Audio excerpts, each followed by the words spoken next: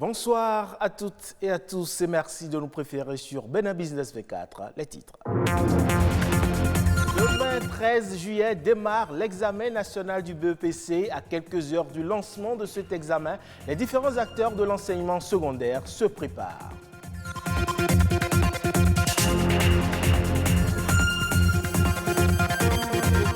Quelques jours, les médias en ligne du Bénin sont appelés à surseoir leurs publications et à requérir une autorisation de la HAC. Pourquoi une telle décision et comment réguler le secteur en plein essor? C'est à savoir dans un instant. Enfin, nous irons à Missebo, le marché de friperie où jeunes et adultes se ravitaillent en vêtements. Et même si les activités ne sont plus aussi florissantes, ce centre commercial continue d'attirer de nombreux visiteurs.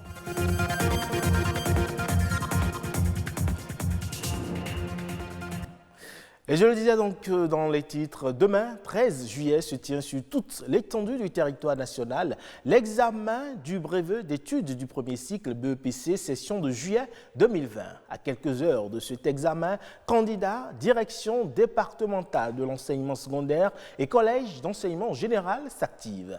Comment? C'est à savoir à travers ce constat fait par une équipe de la rédaction. Quand approche la date butoir de l'examen du BEPC, Stéphane change ses habitudes. Si autrefois, de retour de l'école, il pouvait se divertir, aujourd'hui, il n'en est plus question.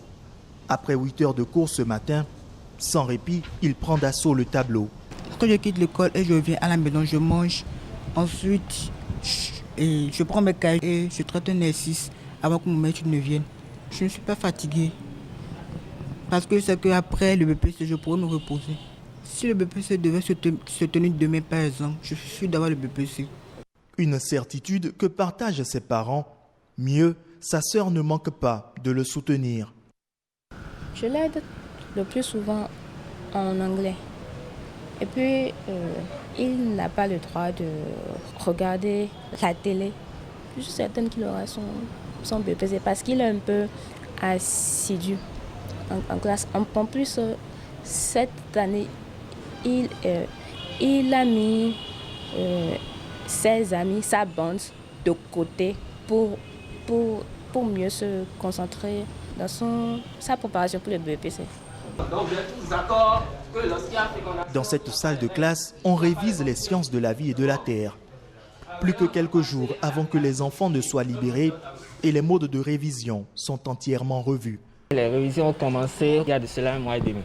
Et nous sommes à pied d'œuvre pour donner le maximum à nos apprenants pour qu'ils puissent affronter valablement l'épreuve des SVT et ainsi que les autres épreuves. Les enfants se mettent en situation réelle donc de composition. On a des épreuves, ces mêmes épreuves leur sont distribuées la veille et eux-mêmes ils cherchent à la maison. Ils reviennent à l'école, les professeurs corrigent. Le soir, ils reviennent composer, refaire cette même composition-là. Et comme ça, on apprécie le niveau d'acquisition donc de nos enfants. Ici, à la direction départementale de l'enseignement secondaire, de la formation technique et professionnelle, les cantines sont déjà réceptionnées et n'attendent que les épreuves pour être convoyées dans les commissariats. 14 802 candidats, dont 7 282 garçons et 7 515 filles, composent dans le département du littoral et toutes les conditions sont réunies pour un bon déroulement de cet examen. Tous les candidats du département du littoral ont actuellement leur numéro de table. Tous les candidats doivent être munis de leur masque. Il est prévu dans tous les centres des dispositifs de lavage de mains. Il n'y aura pas 2 candidats par table, c'est un seul candidat par table. Il faut veiller à ce que les élèves ne s'attroupent pas. Il faut veiller à ce que les élèves n'aillent pas tous à la fois vers les vendeuses. Autant de mesures qui sont prises pour un brevet d'enseignement du premier cycle sain dans ce contexte sanitaire de Covid-19. Le rendez-vous est donc pris pour le 13 juillet prochain dans les 17 centres de composition prévus pour abriter l'examen dans le département du littoral. Nous souhaitons donc bonne chance à tous les candidats. Et depuis quelques jours, les médias en ligne sont appelés à surseoir à leur publication et à obtenir une autorisation de la Haute Autorité de l'audiovisuel et de la communication avant d'exercer au Bénin. Une décision qui suscite polémique et interrogation dans le rang des professionnels des médias. Mais quel est donc l'état des lieux des médias en ligne aujourd'hui au Bénin et comment la HAC devrait-elle réguler le secteur? Élément de réponse dans cet élément. La régulation des médias en ligne est aujourd'hui un enjeu majeur pour la Haute Autorité de l'audiovisuel et de la communication HAC. Face au boom des organes en ligne, l'autorité sonne l'alarme. À travers un communiqué en date du 7 juillet 2020, le président de l'institution somme les promoteurs des médias en ligne opérant sans autorisation de suspendre les activités de leur site. Il faut préciser que la HAC est dans son droit de s'intéresser au fonctionnement des médias puisque la loi lui en donne l'autorisation, pour ne pas dire l'opportunité. Si cette décision est légale, l'ultimatum de suspension de publication des médias en ligne pose, selon l'expert, un problème plus profond. C'est un communiqué qui est légal, mais qui n'a pas pris en compte suffisamment le contexte dans lequel fonctionnent les médias en ligne. Les journalistes, en tout cas les rédacteurs de ces médias en ligne, ne pourront plus produire suffisamment. Ceux qui avaient des obligations contractuelles avec certains annonceurs seront dans des positions un peu compliquées, difficiles à gérer. Au fond, c'est pour ça que je dis que ce communiqué est contre-productif à tous les niveaux. À l'ère du numérique, les médias en ligne apparaissent comme de nouveaux moyens de diffusion de l'information qui apportent une contribution inestimable au développement socio-économique, à l'ancrage de la démocratie et à la bonne gouvernance. D'où la nécessité d'une réflexion approfondie pour la régulation du secteur. Le domaine des médias en ligne est un domaine très complexe et qui offre des possibilités à tout moment. Donc l'AC doit se remobiliser, doit se mettre à niveau et faire appel à tous les acteurs, que ce soit les journalistes, les associations fêtières, que ce soit également les consommateurs des médias et aussi les experts, les chercheurs à l'université, les chercheurs dans nos cabinets, pour qu'on aille vers une réflexion approfondie sur le développement des médias en ligne et leur impact sur notre démocratie et notre développement social et économique. Puisqu'il ne faut pas oublier que ces médias en ligne sont également des niches incroyables, d'opportunités illimitées. Donc, il ne faut pas aborder ce domaine sans formation, sans mise à niveau et sans une action concertée entre plusieurs acteurs.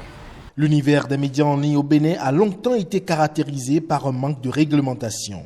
Aujourd'hui, les défis demeurent pour la régulation de ces nouveaux médias face à l'instantanéité de l'information.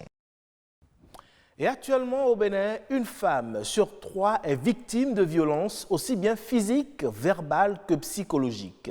Une situation qui appelle à une prise de conscience individuelle et collective. C'est pourquoi de nombreuses organisations et même des personnes s'investissent dans la sensibilisation. Une action qui n'est pas sans impact selon les propos de Lys Degla, elle est activiste des droits humains. Les plus gros cas de violence enregistrés sont des violences conjugales. La femme a du mal à extérioriser cela parce qu'elle se dit « mon mari, si je le dénonce, il peut faire la prison, on peut lui coller une amende qu'il ne sera pas capable de payer ». Donc, toutes ces considérations font que les femmes ne sont pas très enclines à aller dénoncer. Et elles continuent de subir. Et cette année, particulièrement avec la plateforme Graceful Woman, qui est une plateforme dédiée aussi bien à la femme qu'à l'homme, mais particulièrement à la femme parce que c'est l'épanouissement et la défense des droits de la femme qui est priorisée.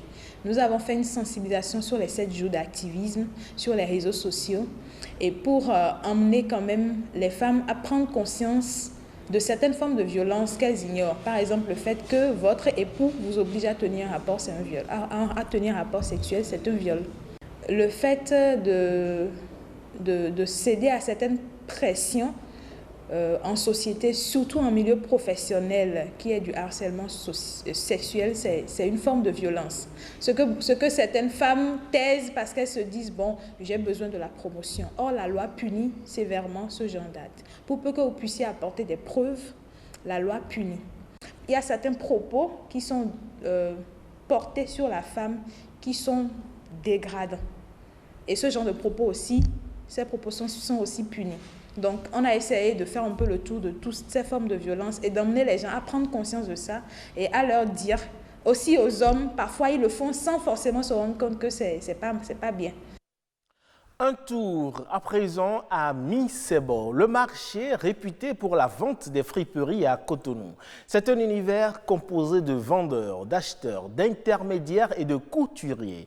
Et même si les activités ne sont plus aussi florissantes, la vente de friperies permet quand même à ces commerçants de subvenir à leurs besoins. Marché de friperies de Cotonou, c'est un reportage signé Louis Koudobo et Patrick Adiagodou.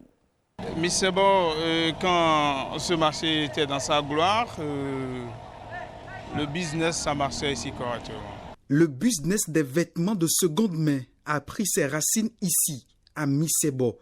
Sous les rangas précaires et dans les allées du marché, des vendeurs et acheteurs animent ce lieu d'échange commercial de la friperie.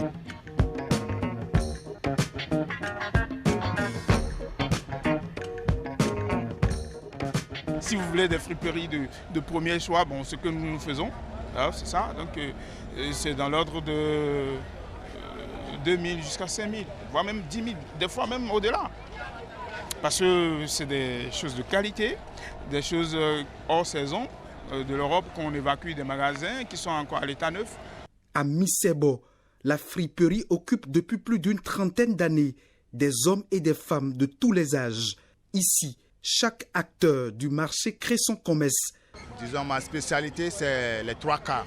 Je suis spécial en 3 quarts, n'importe quel genre de 3 quarts. Les 3 quarts de qualité, hein, parce qu'il y a culotte dans culotte. Donc, il ne s'agit pas de venir à Mi-Sebo pour prendre n'importe quoi pour dire que vous avez payé culotte ou bien vous avez pris 3 quarts. Il y a 3 quarts dans 3 quarts. Donc, c'est ce genre de 3 quarts que moi, j'ai l'habitude de vendre. Des négociateurs de vêtements, c'est le métier de ces jeunes Béninois à Mi-Sebo. Ils sont souvent positionnés à l'entrée du marché avec quelques fripes en main.